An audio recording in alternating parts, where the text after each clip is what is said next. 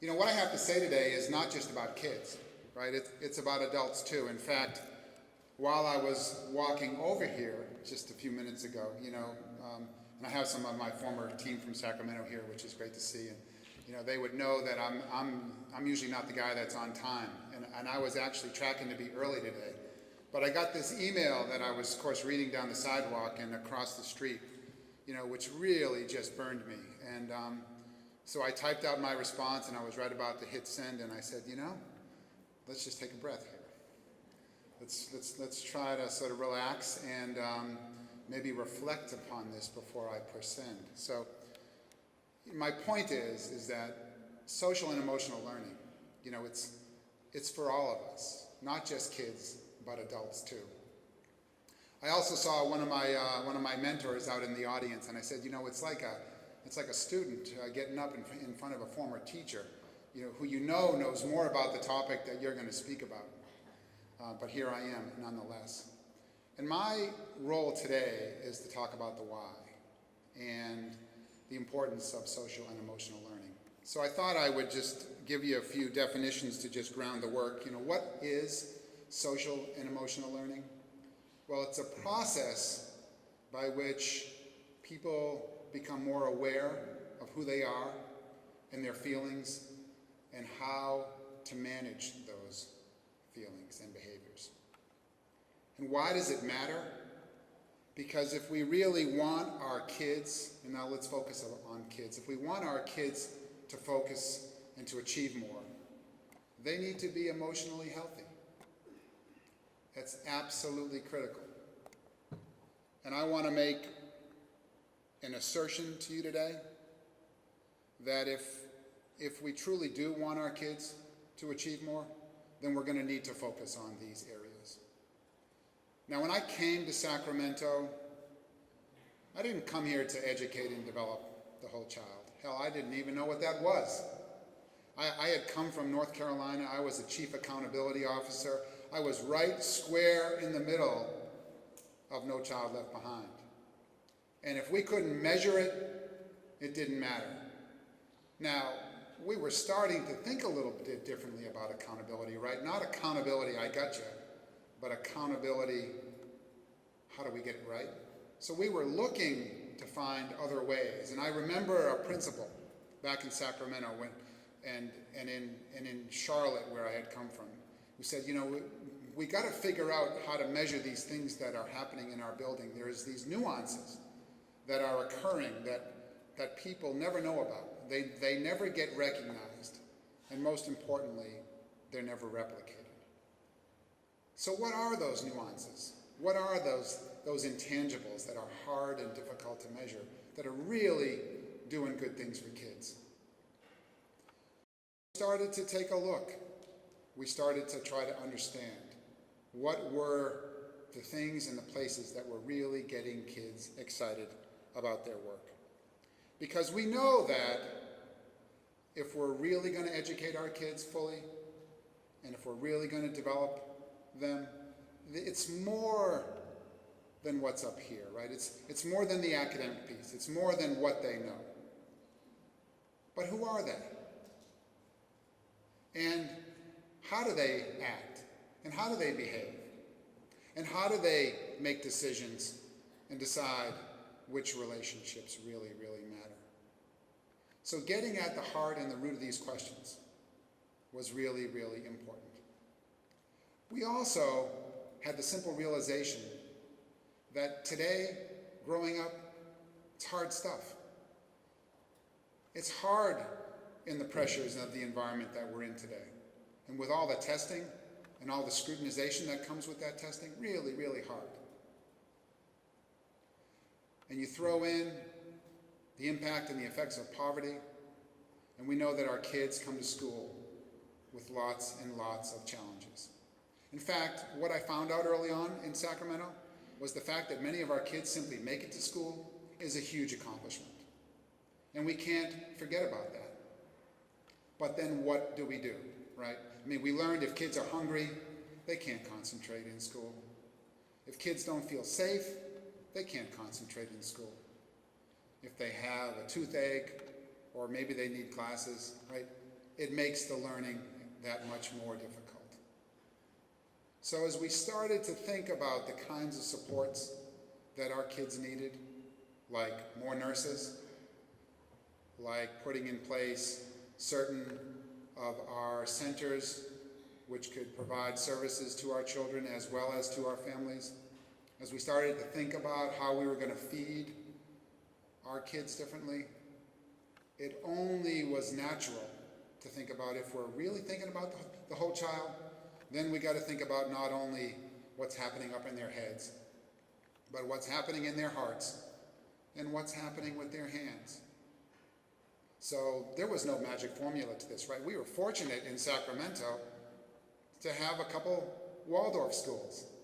Does anyone here know much about Waldorf education? Great, I just gave it away.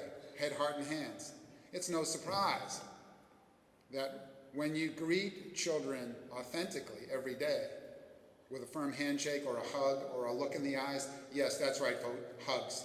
Hugs were okay here in Sacramento. You know, it's okay to show love. Now, that doesn't mean we didn't push our kids or expect a lot from our kids, but it's okay to give them a hug. So when you greet a child that way authentically at the beginning of a day, you know what it says to that kid? It says, I'm unique, it says I'm special, and it says I matter. And I sometimes wonder if that little act of kindness and respect and empathy, if we simply greeted kids like that way at the beginning of the school day, and we said goodbye to them at the end of the school day that way, if we did that across America, ladies and gentlemen, we'd have different outcomes in our public schools today. But that's just where it started. There's a whole different approach. So we learned that at our Waldorf schools. You know what else we learned? We learned that relationships are really, really important. In fact, another reason why social and emotional learning is so important, because it provides a strategic frame by which we look at all of our work. And what do I mean by that? Well, first of all, it means that relationships are really, really important. Relationships between students, between educators, and between parents and families are absolutely critical.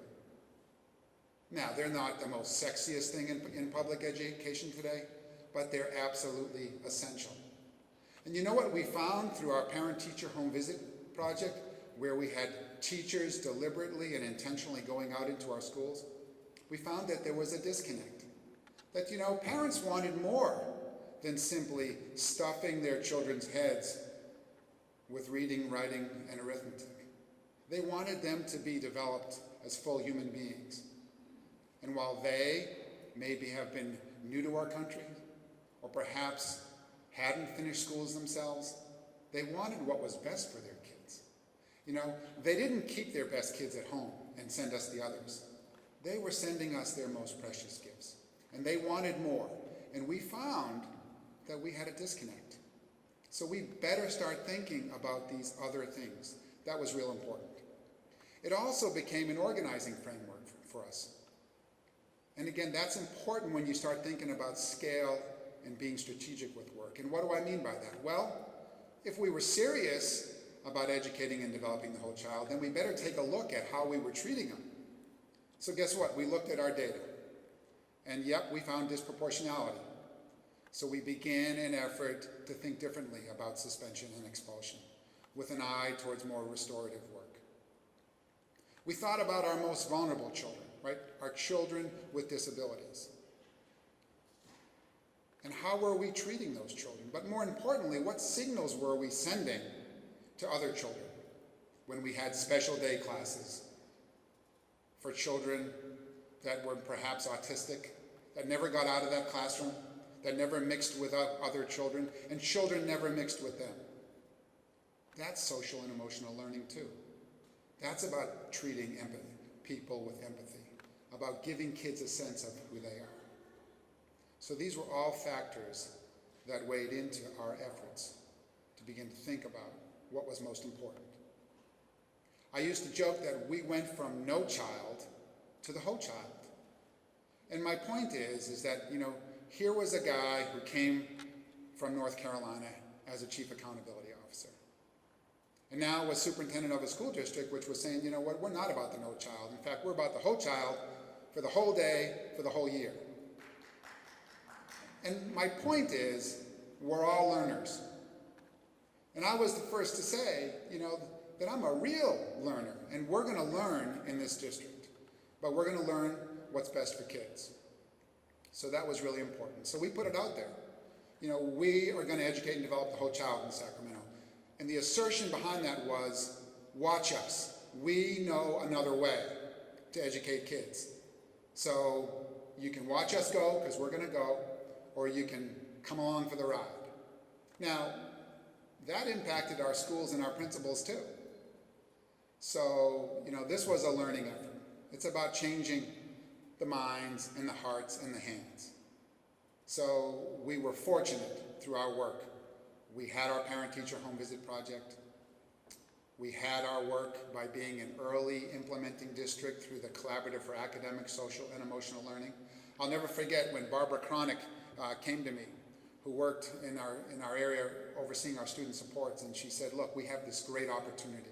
You know, all this work we've been doing through our Connect centers and other supports, you know, we get to really go deep with this, and it fits your vision. You know, what do you think? And I'm like, get me on the phone, let's give it a go. And Sacramento and Oakland became part of a network with other districts that had been doing this. And so when it came time for the core districts to start to think about putting together a waiver to No Child Left Behind, myself and Tony Smith were at the table saying, hey folks, there's another way to think about measuring what success looks like. And I want to be clear about the measuring part too, because sometimes what we measure isn't meaningful. And sometimes we spend a whole lot of time thinking about how to measure things. And I'm not saying measuring isn't important. And my friends from Oak Ridge Elementary would say, when you go from 86 suspensions to 3, you know, we're doing something right. So that's an important piece to measure. But my other point is how do we measure a smile? How do we measure a kid who says, you know what, they believe in me and I believe in myself now? How do we measure that? I'm not sure. But it still matters and it's important. But there was another way. So we pushed hard for that. And CORE is spending a lot of time, in my opinion, a little too much time figuring out how to measure it. And not enough time focusing on teacher practices. Because at the end of the day, you know, it's about students and teachers and families building and strengthening those relationships. And we've got to equip our educators with the very best tools, with the very best things we can. So that's a little bit about why. It's so important that the Stuart Foundation, we've made it our North Star. What's the North Star, you say? Well, you know, it is what it is. It's that bright star, that bright shiny light in the sky that says, you know what, this is what matters. Here's the way home. You figure out how to get home, but here's the way. And for us, it's educating and developing the whole child. Because we know it's absolutely essential. We want our kids to achieve more. We're pushing our kids. They need to be emotionally healthy in order to do that. The pressures are tremendous today. So let's figure out a way to support those kids so that they can reach their fullest potential and they can achieve their dreams. Just like this guy, when he was young Johnny, was diagnosed as a kid with dyslexia. And my path was destined to probably end up like hundreds of thousands other kids do. Maybe in a special day class, maybe kind of forgotten, certainly not being pushed and pulled to his fullest potential. So that my dream could become another reality. And just as a teacher, when I was in 6th grade, said, I believe in you, young Johnny, and put his arm around me, you know, I've been fortunate enough to put my arms around a few kids that maybe will touch a few other 100 kids. I want to leave you with a video that better than I explains the why. Please take out your gratitude journals and write down 3 things that you're grateful for, that you appreciated from today, and make sure that you're comfortable sharing at least one of them. We teach an extended day, and we were noticing that the kids were leaving very discouraged, and we came up with the idea of keeping a gratitude journal because it forces a happy end to the day, no matter how discouraging it is. And it also levels the playing field. No matter how successful you felt academically during the day, no matter what happened on the playground, everybody can find success in the gratitude journals. My name is Whitney Cole, and I teach 6th grade at Oak Ridge Elementary in Sacramento, California.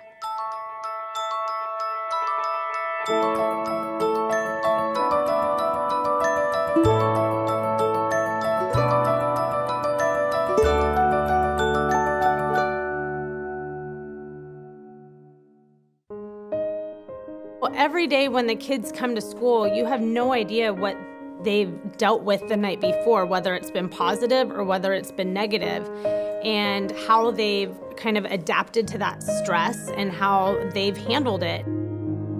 Typically, what comes up with students, they usually need a lot of support with figuring out their emotions. There could be violence in the neighborhood that may have scared them, or if you've lost somebody recently, sometimes they just want someone to talk to and process through their feelings. My name is Elijah. I think gratitude, it's not only saying thank you, but it's being grateful for what you have. Hi, I'm Aziza. I think we do the exercise of gratitude to really say what we're grateful for. And once we're grateful, it might make a hard day turn into an easy day. My name is Diamond. I used to be really picky, and I wanted everything. I was never grateful for everything. But when they taught us gratitude, I've actually changed, and now I'm more grateful for the things that I have. When the kids use the vocabulary of the character strengths and start to present qualities of those character strengths, it doesn't stop when they leave Oak Ridge. It continues. It starts becoming part of their everyday behavior, and that will absolutely show up at home. I think it's important because we wouldn't be prepared for the real world. Like, if we say something that comes out wrong, then we would know how to fix it to not hurt somebody's feelings. The character strength have helped my daughter so much. She has grown from being shy to being more outspoken. All our character strengths I've actually shown a lot. My mom noticed that. She was like, "Hey, did you know that you show curiosity a lot since you've been in Miss Cole's class?" The school and the community have done a good job coming together as one large support network for the students. Even though some of their challenges are really large and they face a lot of adversity, they are still inspired because they're still kids, and so they still want what all kids want, and they have high hopes for their futures, and I think that's awesome.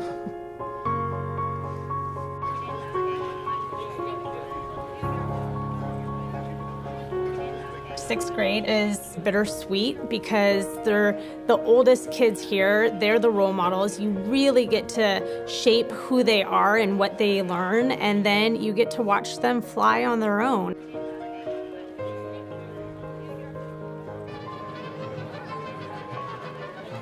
I'm gonna tell my mom way more that I love her, that I'm thankful for her. She means a lot to me. I can't describe her, and I could describe her many different ways. I love her the most. Diamond means so much to me. She's the reason why I'm pushing myself actually to go to college. I want her to know that. Soul Pancake, subscribe.